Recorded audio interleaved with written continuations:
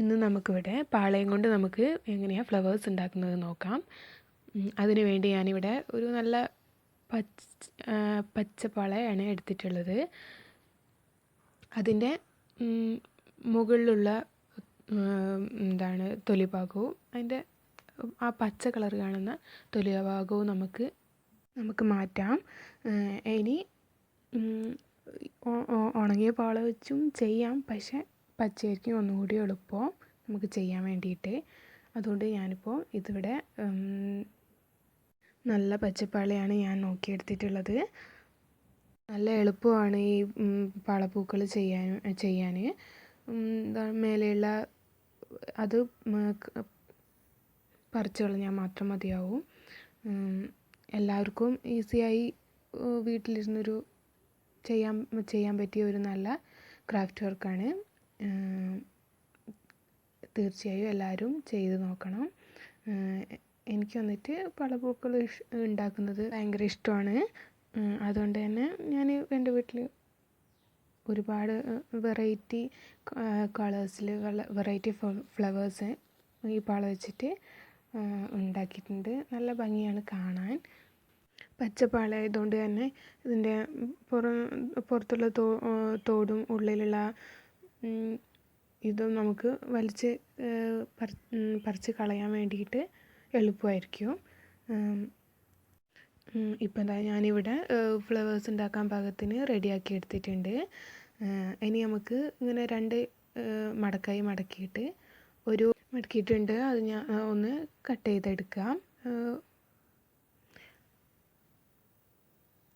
ഇനി നമുക്ക് ഇത് മടക്കിയിട്ട് നമുക്കിഷ്ടമുള്ള ഒരു ലീഫിൻ്റെ ഷേപ്പിൽ നമുക്കിത് കട്ട് ചെയ്തെടുക്കാം. നമുക്ക്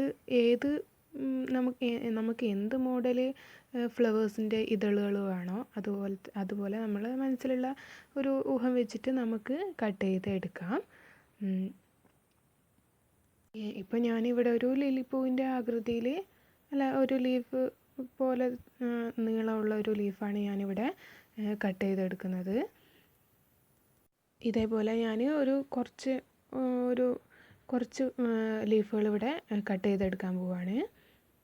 ഇപ്പോൾ ഞാനിവിടെ കുറച്ച് ഇതേപോലെ ലീഫുകൾ കട്ട് ചെയ്ത് വെച്ചിട്ടുണ്ട്. ഇനി നമുക്ക് എന്തെങ്കിലും ഒരു കളർ, ഇപ്പോൾ സ്കെച്ചിൻ്റെ കളറായാലും സ്കെച്ച് പെൻസിൽ ഒക്കെ യൂസ് ചെയ്യുക. ഞാനിവിടെ എൻ്റെ അടുത്തുണ്ടായിരുന്ന ഒരു ഫാബ്രിക് പെയിൻറ്റ് അതാണ് എടുത്തിട്ടുള്ള എന്നിട്ട് അത് വെച്ച് നമുക്ക് ഇഷ്ടമുള്ള കളർ കൊടുക്കാം. ഞാനിവിടെ റെഡാണ് കൊടുത്തിരിക്കുന്നത്.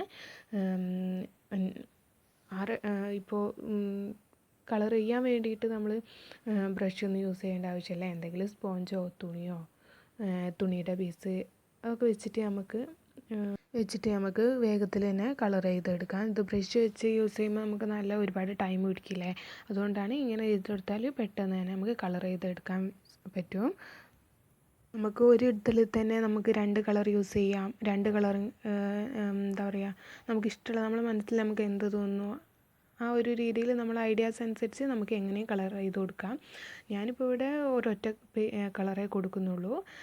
നിങ്ങൾക്ക് വേണമെങ്കിൽ പല മുകളിലും താഴെയായിട്ട് വെറൈറ്റീസ് കളറൊക്കെ കൊടുത്ത്, അല്ലെങ്കിൽ ഇനി നമുക്ക് ഗിൽറ്റ് പശ വെച്ച് തേച്ച് ഗിൽറ്റ് ഇതാക്കിയാലും നല്ല ഭംഗിയായിരിക്കും കാണാൻ. പാളപ്പൂക്കളാകുമ്പോൾ നമുക്ക് ഒന്ന് നാശമായാലോ എന്നല്ല, അതിൻ്റെ കളറൊക്കെ ഒന്ന് പോയാൽ നമുക്ക് വീണ്ടും പെയിൻറ്റ് കൊടുത്ത് ഭംഗിയാക്കി വീണ്ടും വെക്കാവുന്നതാണ്.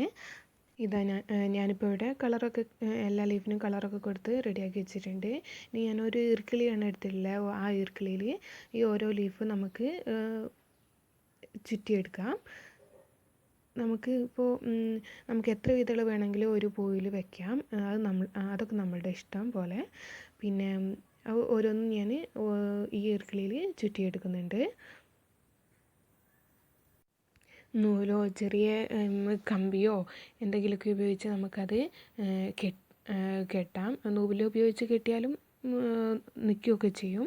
നല്ല മുറുക്കി അഴിഞ്ഞ് വീഴാത്ത രീതിയിൽ നമ്മളത് കെട്ടി അറേഞ്ച് ചെയ്ത് ഫ്ലവേഴ്സിൻ്റെ ഷേപ്പിൽ നമ്മൾ അറേഞ്ച് ചെയ്ത് റെഡിയാക്കുക. ഒരു സ്റ്റിക്കിൽ ഞാനിവിടെ ഒരു ഫ്ലവറേ ഉണ്ടാക്കുന്നുള്ളൂ. നിങ്ങൾക്ക് വേണമെങ്കിൽ ആ സ്റ്റിക്കിൽ താഴെയായിട്ട് ഫ്ലവേഴ്സ് ഇനിയും റെഡിയാക്കി വയ്ക്കാം. ഞാനിവിടെ ഒരൊറ്റ സ്റ്റിക്കിൽ ഒരൊറ്റ ഫ്ലവേഴ്സേ വെച്ചിട്ടുള്ളൂ. താഴേക്ക് നമുക്ക് എത്ര ഫ്ലവേഴ്സ് വേണമെങ്കിലും നമുക്ക് അറേഞ്ച് ചെയ്ത് വയ്ക്കാം. അതിന് ശേഷം നമുക്ക് ഗ്രീൻ ടേപ്പ് ഉപയോഗിച്ച് ഒന്ന് ചുറ്റിയെടുത്തിട്ടുണ്ട് ഞാൻ. ഇപ്പോൾ ഇതുപോലെ കുറച്ചധികം ഫ്ലവേഴ്സ് ഉണ്ടാക്കി ഒരു ഫ്ലവർ ബോക്സിലിട്ട് വെച്ചാൽ നല്ല ഭംഗിയാണ് കാണാൻ. ഇതുപോലെ നിങ്ങളും ഫ്ലവേഴ്സൊക്കെ ഉണ്ടാക്കി നോക്കുക. നിങ്ങൾക്ക് എൻ്റെ വീഡിയോ ഇഷ്ടമായെങ്കിൽ ലൈക്ക് ചെയ്യാനും സബ്സ്ക്രൈബ് ചെയ്യാനും മറക്കരുത്. അടുത്ത വീഡിയോയുമായി വീണ്ടും വരുന്നത് വരെ എല്ലാവർക്കും ബൈ.